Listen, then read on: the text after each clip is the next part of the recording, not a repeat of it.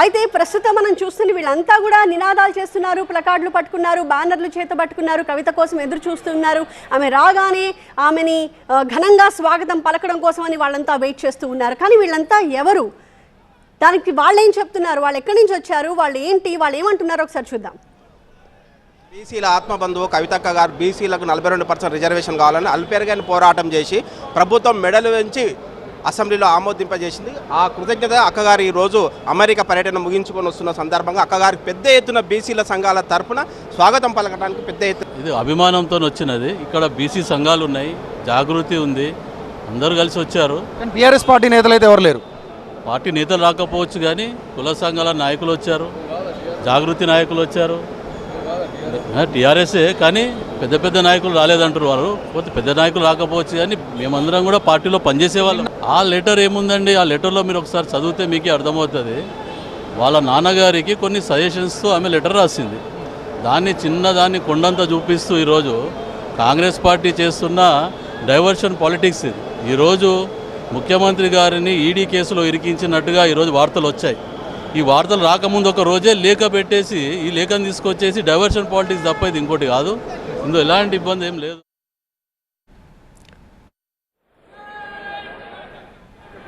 Right, Shamshabad airport నుంచి మా ప్రతినిధి రాకేష్ లైవ్లో జాయిన్ అవుతూ ఉన్నారు. రాకేష్, వాళ్ళు చిన్న విషయాన్ని కొండంత చేసి చూపిస్తున్నారు అని మాట్లాడుతూ ఉన్నారు. కానీ వాస్తవానికి ఇవాళ శంషాబాద్ ఎయిర్పోర్ట్లో కనిపిస్తున్న సీన్ చూసిన తర్వాత అయితే ఇది ఖచ్చితంగా చాలా పెద్ద విషయమే అనే అనుమానాలు అయితే కలుగుతూ ఉన్నాయి. అక్కడికి వచ్చిన వాళ్ళు ఎవరూ కూడా పార్టీకి సంబంధించిన జెండాలు కానీ కండువాలు కానీ కప్పుకుని ఉండకపోవడం అన్నది అనుమానాలకి తావిస్తోంది. ఆఫ్ ద రికార్డ్ ఏమైనా చెప్తూ ఉన్నారా వాళ్ళంతా?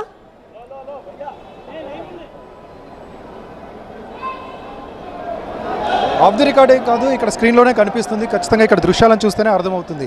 ఎప్పుడూ ఇలాంటి సన్నివేశం అయితే చూడలేదు. ఇన్నాళ్ళ బీఆర్ఎస్ టీఆర్ఎస్ ప్రస్థానంలో బీఆర్ఎస్ గులాబీ జెండా లేకుండా, కేసీఆర్ ఫోటో లేకుండా ఒక స్వాగత కార్యక్రమం మొదటిసారిగా చూస్తున్నాం. అది ఇంత సెన్సేషన్ తర్వాత, కవిత రాసిన లెటర్ తర్వాత, లెటర్ మీద జరుగుతున్నటువంటి చర్చలో ఇప్పటివరకు రానటువంటి క్లారిటీ. కొద్దిసేపట్లో కవిత వచ్చి ఇక్కడ మాట్లాడే ముందు జరుగుతున్నటువంటి స్వాగత దృశ్యాలు ఇవి.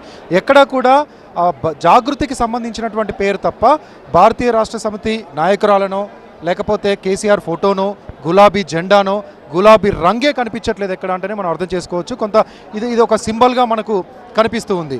ముందు కింద చూసిన ఫ్లెక్సీ అయితే ఆమె బీసీ రిజర్వేషన్ల కోసం సామాజిక తెలంగాణ లక్ష్యంగా పనిచేస్తున్నటువంటి గౌరవ ఎమ్మెల్సీ కల్వకుంట్ల కవితక్క గారికి స్వాగతం సుస్వాగతం అని ఒక నీలి కలర్ బ్యానర్లో మాత్రమే రాశారు. కింద బీసీ సంఘాల ఐక్యవేదిక అని మెన్షన్ చేశారు. ఇక వెనకాల ప్లకార్డ్స్ పట్టుకున్న వాళ్ళంతా కూడా జాగృతికి సంబంధించి, తెలంగాణ జాగృతికి సంబంధించినటువంటి కార్యకర్తలు వివిధ ప్రాంతాల నుంచి, వివిధ జిల్లాల నుంచి ఇక్కడికి వచ్చారు. వాళ్ళు పట్టుకున్నటువంటి ప్లకార్డ్స్లో కూడా చూడొచ్చు ఎవరైతే తీసుకొచ్చారో ఆ టీం రాష్ట్ర కన్వీనర్ మాధవి, దాంతోపాటు అక్కడ కనిపిస్తున్నటువంటి అవి. ఎక్కడ మీకు ఆ సింబల్ ఎక్కడ కనిపించట్లేదు. సింబాలిక్గా అర్థమవుతుంది. కొద్ది నిమిషాల్లోనే కవిత కొద్దిసేపటి క్రితమే శంషాబాద్ ఎయిర్పోర్ట్కి రీచ్ అయ్యారు, ఫ్లైట్ దిగారు, ఇమిగ్రేషన్ దగ్గర ఉన్నారు. ఇమిగ్రేషన్ కంప్లీట్ చేసుకొని ఇంకో 5-10 నిమిషాల్లోనే మీడియా పాయింట్కి వస్తారు. మీడియా పాయింట్కి వచ్చి ఏం మాట్లాడతారు అనేది చాలా ఆసక్తిగా కనిపిస్తుంది.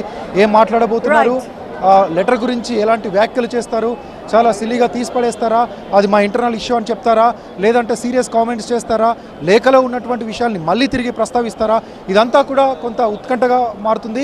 ఇంకొక ఇంపార్టెంట్ థింగ్, ఇక్కడ ఎవరు కూడా ఒక ఐకాన్ బీఆర్ఎస్ లీడర్, ఇతను బీఆర్ఎస్ లీడర్ అని చెప్పుకోదగ్గ వ్యక్తి లేరు. అందరూ జాగృతికి సంబంధించినటువంటి కార్యకర్తలు లేకపోతే బీసీ సంఘాల నేతలు మాత్రమే ఇక్కడ ఉన్నారు. అంటే అఫీషియల్గా ఒక ఎమ్మెల్యే స్థాయి వ్యక్తినో ఒక ఎక్స్ ఎమ్మెల్యేలో బీఆర్ఎస్కి సంబంధించిన లీడర్లు ఎవరు కనిపించట్లేరు అనేది పక్కాగా చెప్పొచ్చు.